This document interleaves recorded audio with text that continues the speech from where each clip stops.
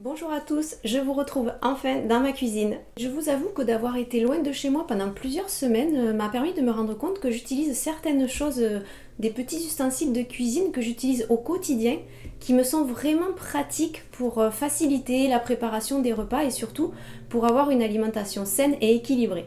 C'est surtout du matériel pour faciliter tout ce qui est la préparation des légumes, puisque c'est souvent ce qui manque dans nos assiettes. On va essayer d'avoir des assiettes beaucoup plus végétales. Donc je me suis dit que j'allais vous montrer tout ce petit matériel que j'utilise au quotidien qui me permet d'avoir plus facilement une alimentation équilibrée. Je vous mets en barre d'infos un maximum de détails là où je les ai achetés et sinon je vous mettrai aussi des liens vers des équivalents si vous voulez trouver la même chose. Alors, on commence avec le pinceau ou le spray d'huile d'olive. Je trouve vraiment ça très pratique pour mettre dans les fonds de poêle ou alors même quand vous faites des légumes grillés au four. Vous avez certains légumes comme les aubergines ou les champignons qui ont tendance à beaucoup pomper en fait si vous préparez ça avant dans un saladier, alors que là vous les mettez à plat sur votre plaque du four et après vous rajoutez comme ça juste par-dessus un spray d'huile d'olive et ça c'est vraiment pratique parce que ça va les faire dorer, légèrement griller. Quand vous préparez des gratins par exemple, vous avez fini de monter votre plat, vous allez le mettre au four et au lieu de trop charger, par exemple des fois on va avoir tendance à mettre du beurre par-dessus pour que ça gratine ou beaucoup de fromage. Donc vous pouvez faire votre préparation avec un petit peu de fromage, mais par exemple les 5 dernières minutes vous allez ouvrir votre four et vous vaporisez du spray d'huile d'olive comme ça et vous remettez les 5 dernières minutes, ça va dorer et gratiner sans avoir à chauffer pendant trop longtemps l'huile d'olive au four pendant par exemple 45 minutes de cuisson. Franchement, si vous ne trouvez pas des sprays d'huile d'olive, moi j'avoue que ceux-là je les prends en Espagne. On peut trouver sur internet des sprays que vous allez re-remplir, donc c'est encore plus pratique. Et sinon, un pinceau, ça fait très bien l'affaire aussi. Ensuite, ce petit panier en inox qui me sert de cuit-vapeur. Je m'en sers très souvent dans mes vidéos, vous avez pu le voir. Je m'en sers aussi comme d'une passoire pour égoutter les conserves ou égoutter les légumes quand ils viennent de cuire. Donc je le trouve vraiment très pratique. Voilà, il s'accroche comme ça avec cette petite anse, comme ça évite de se brûler. Et il s'adapte à toutes les casseroles en fait, comme il est voilà, rétractable. C'est vraiment pratique. Et je trouve ça vraiment bien, par exemple, en été, quand on a envie de se faire des salades de légumes, si on les fait cuire à l'eau ou si on n'a pas un vrai appareil cuit-vapeur, bah ça prend plein d'eau, c'est pas bon, enfin on n'a pas envie de manger des salades comme ça.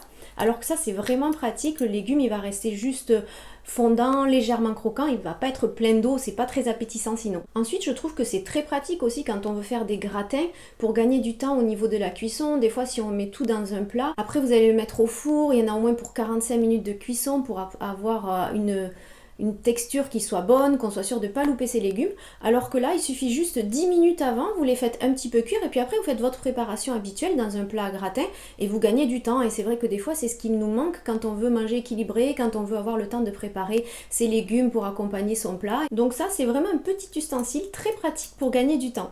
Et en plus, comme je vous avais expliqué dans tout ce qui est le rangement de mes placards dans une vidéo précédente, je vous mettrai le lien quelque part par là, je trouve qu'il est vraiment pratique parce qu'on fait un gain de place en fait, puisque hop, il se referme comme ça. Vous pouvez ranger la petite anse à l'intérieur, voilà, et ça prend pas de place, c'est super pratique, vous mettez ça au centre de votre dernière casserole et voilà, tout est rangé dans le placard, il n'y a rien qui dépasse. Ensuite, je dirais que c'est presque la base, mais une bonne planche à découper et des bons couteaux. Que ça soit des couteaux inox ou même en céramique, c'est vraiment essentiel pour cuisiner facilement. Parce que quand vous vous retrouvez avec des couteaux que vous ne pouvez pas bien aiguiser ou tout simplement qui sont pas de bonne qualité, qui coupent pas correctement, vous n'avez pas envie de vous y mettre, vous n'avez pas envie de préparer vos légumes, voilà, ça motive pas du tout. Alors qu'un bon matériel comme ça c'est la base. Une bonne planche et des bons couteaux. Même la planche, quitte à la prendre assez grande pour que vous sentiez à l'aise quand vous allez tout mettre, voilà, c'est motivant, on voit ce qu'on veut faire, on n'est pas sur un petit coin de table là comme ça tout petit où on n'a pas envie de s'y mettre. Après tout dépend de la place que vous avez, moi je sais que la mienne je la cache entre le plan de travail et la machine à laver, mais vous pouvez avoir des grandes planches, si elles sont jolies vous pouvez les garder sur votre plan de travail. Tout dépend de la place que vous avez, mais voilà, il suffit juste de trouver un endroit où la laisser, si possible à portée de main, comme ça hop, quand vous mettez à cuisiner, tout est prêt et vous pouvez attaquer. Alors on parlait de céramique, alors c'est sur le couteau en céramique par exemple, quand vous devez couper une tomate, bon ben voilà, il n'y a pas mieux, vous avez l'impression de trancher dans du beurre. Donc ça, c'est pas mal. Je sais que dans certains magasins, des grandes enseignes comme Conforama par exemple, on en trouve à des prix tout à fait abordables et fonctionne très bien. Moi j'en ai un depuis des années. Et j'en suis tout à fait contente et j'avais payé ça mais je crois genre 2 € le couteau ou un truc comme ça, donc ça vaut le coup d'aller faire un tour par là. D'ailleurs, c'est là que j'avais trouvé aussi une mandoline avec la lame en céramique. Alors ça, ça change la vie. C'est vrai que quand il commence à faire froid, en automne-hiver, on a plus de mal à manger des salades, des crudités, parce que voilà, il fait froid. Et pourtant, c'est vrai que c'est important de consommer des légumes crus parce qu'ils conservent beaucoup plus leurs vitamines que dès qu'on les fait cuire. Donc je trouve ça c'est vraiment pratique parce que quand vous allez par exemple couper du chou ou du fenouil, vous allez pouvoir faire des tranches vraiment très très fines. Ils vont de suite mariner avec votre vinaigrette, ils vont prendre beaucoup de saveur parce que si vous vous amusez à couper du chou rouge ou du chou blanc, enfin tous ces légumes qu'il va y avoir maintenant, avec un couteau, vous allez vous retrouver avec des gros morceaux. Franchement, au bout de 3 bouchées, on a mal à la mâchoire et on n'a pas envie de manger ces légumes. Et puis même au niveau du goût, ça n'a rien à voir. Donc franchement, ça peut être intéressant d'avoir ce petit ustensile, une mandoline. Moi, je le glisse dans mon tiroir avec mes couverts, ça prend pas de place et c'est vraiment pratique. Et je trouve que quand même, il faut dire que la lame en céramique coupe très bien. J'ai déjà essayé avec des lames en inox, alors peut-être il faut des bonnes mandolines de qualité et mettre le prix pour que la lame coupe vraiment bien. Alors que là, ça c'est pareil, je l'avais trouvé chez Conforama je crois, et elle fonctionne super bien. Je vous montre rapidement en vidéo comment je fais une petite salade de choux rouges par exemple, vous allez voir les lamelles, elles sont bien fines, c'est beaucoup plus agréable et c'est vraiment meilleur comme je vous disais au niveau du goût. Ensuite, le pressail. Alors, vous le voyez souvent lui aussi dans mes vidéos et c'est vrai que l'ail, j'aime un peu partout, ça donne tellement de goût et c'est très bon pour la santé. Et ça, c'est vraiment un gain de temps aussi. Vous mettez votre petite gousse d'ail et hop, il est écrasé en même pas une seconde. Je sais pas comment on peut encore prendre le temps de couper avec un couteau une gousse d'ail. Bon, après, il y en a qui font ça super vite. Moi, je dis bravo. Bon, moi, j'en suis pas capable. Donc, avec voilà, le pressail, c'est vraiment super. Et je trouve ça aussi très pratique pour le gingembre. Alors c'est vrai que des fois on me dit oui mais ça force trop, j'arrive pas avec le gingembre. Alors en fait il vous faut regarder quand vous enlevez la peau du gingembre, vous le pelez, il y a des stries tout le long de la racine et vous devez le mettre dans ce sens-là, dans votre pressail et comme ça vous allez le mettre, c'est dans le bon sens et ça va s'écraser tout seul.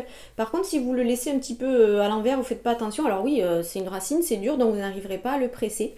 Mais voilà, ça c'est pareil, on gagne beaucoup de temps parce que si vous prenez une petite râpe pour le gingembre aussi, bon c'est pas très pratique. Ou même le gingembre, faut dire ce qui est, c'est un goût assez fort. Si vous le coupez au couteau, bon certaines personnes n'aiment pas trop se retrouver avec les morceaux de gingembre dans le plat. Autre ustensile, une balance. Alors oui, ça peut paraître évident, mais pour deux bonnes raisons surtout. Quand vous allez vouloir vous préparer des bons cookies ou des bons muffins, là maintenant qu'il commence à faire un petit peu plus froid et qu'on a envie de se faire des petits goûters réconfortants, eh bien des bonnes recettes, il faudra les bonnes quantités. La pâtisserie c'est comme ça, c'est une science. Donc ça c'est la base, c'est un minimum à avoir, une balance qui vous permettra de réussir de bonnes recettes. Après une deuxième raison pour laquelle moi je trouve vraiment pratique d'avoir une balance, c'est pour moi-même me guider un petit peu parce que voilà j'ai beaucoup d'appétit, je suis gourmande et en particulier pour tout ce qui est les féculents, le riz, les pâtes, les patates douces, voilà j'aurais vite tendance à en mettre beaucoup dans mon assiette et j'ai besoin régulièrement un petit peu de m'étalonner pour voir où j'en suis, est-ce que je dépasse pas un petit peu trop ce que j'ai vraiment besoin parce que on fonctionne pas tous de la même façon, il y a des personnes qui de suite se sentent rassasiées, c'est bon, parce qu'après les légumes, ben ça je ne pèse jamais parce que de toute façon j'aime tellement ça et puis avant de manger trop de légumes, on peut y aller, ça, il n'y en a jamais trop dans nos assiettes. Donc c'est vrai que c'est surtout pour peser mes féculents, parce qu'après, voilà, les légumes, je me fais plaisir. Vous le voyez dans mes assiettes, c'est toujours de belles assiettes bien garnies, végétales, avec plein de légumes de toutes les couleurs. Ensuite, j'aime beaucoup utiliser ces petites cuillères à mesurer, voilà, qui sont toutes empilées comme ça, avec différentes quantités. Pourquoi? Parce qu'en fait souvent dans les recettes, tout ce qui est la partie liquide, si c'est marqué en millilitres que votre balance ne s'adapte pas, bon moi celle-ci je peux changer les unités de mesure, mais voilà des fois ça peut permettre de gagner du temps, surtout quand on veut mesurer des petites quantités, des fois il ne faut pas rajouter beaucoup, un petit peu d'huile d'olive ou quelques millilitres de lait végétal dans une recette, ça au moins ça permet de rester précis et c'est super facile à utiliser. Vous avez plusieurs tailles, ça va de 1 millilitre jusqu'à 1 décilitre. Soit 100 millilitres. Des fois, il faut faire un peu de calcul. Et ça, c'est pareil. Le même principe de... Elles sont toutes empilables. Voilà, comme ça. Hop, ça prend pas de place. C'est glissé dans le tiroir avec la mandoline et tout le reste de mon matériel. Et ça ne prend pas de place, mais c'est très pratique. Et enfin, ma mini casserole et mon mousseur à lait. Alors, ma mini casserole, pourquoi? Parce que c'est vrai que j'aime bien l'utiliser, elle me dépanne pour des fois juste faire cuire 1 ou 2 œufs, des œufs durs ou des œufs mollets rapidement. Voilà, j'aime pas utiliser ces grandes casseroles pour faire chauffer beaucoup d'eau. Là, c'est juste ce qu'il faut pour 1 ou 2 personnes, c'est pratique. Après, bon, Quand on a une grande famille, je comprends, c'est pas pareil. Mais voilà, si vous êtes pour vous toute seule à la maison ou en couple, c'est vraiment pratique. Ça va beaucoup plus vite. Et ensuite, j'aime bien l'utiliser pour faire chauffer du chocolat chaud. Alors, je n'utilise pas de micro-ondes, je n'en ai pas. Et du coup, tout en laissant le lait bien chaud dans ma casserole, après j'utilise mon mousseur à lait et je peux me faire de bons petits chocolats chauds ou même souvent vous avez vu la chicorée latte, j'aime bien faire ça. Et ça permet de faire monter un petit peu le lait végétal et ça donne un côté très gourmand. Et ça, pendant que je n'étais pas chez moi, je vous avoue que ça me manquait un petit peu ce côté de pouvoir se préparer cette petite boisson mousseuse. C'est mon petit plaisir de la journée au moment de la collation. Je vous dis toujours d'accompagner votre goûter avec une boisson chaude. Là, ça me manquait un petit peu. Voilà, c'est juste un détail, mais c'est mon petit truc à moi. Voilà, c'est vraiment du petit matériel, des choses toutes simples, mais là, pendant que j'étais pas chez moi, ça m'a manqué. Et mine de rien, je me suis dit que ça serait bien de faire un petit tour de mes placards comme ça et de voir ce que j'utilise vraiment et de vous le partager. Parce que mine de rien, je trouve que c'est dans mes habitudes, ça me fait gagner du temps, c'est des petits réflexes et je vais beaucoup plus vite, voilà, pour préparer des assiettes au quotidien. Et si ça peut vous aider à vous aussi pour manger sainement, équilibré, vous motiver à préparer vos légumes, voilà, je voulais partager ça avec vous.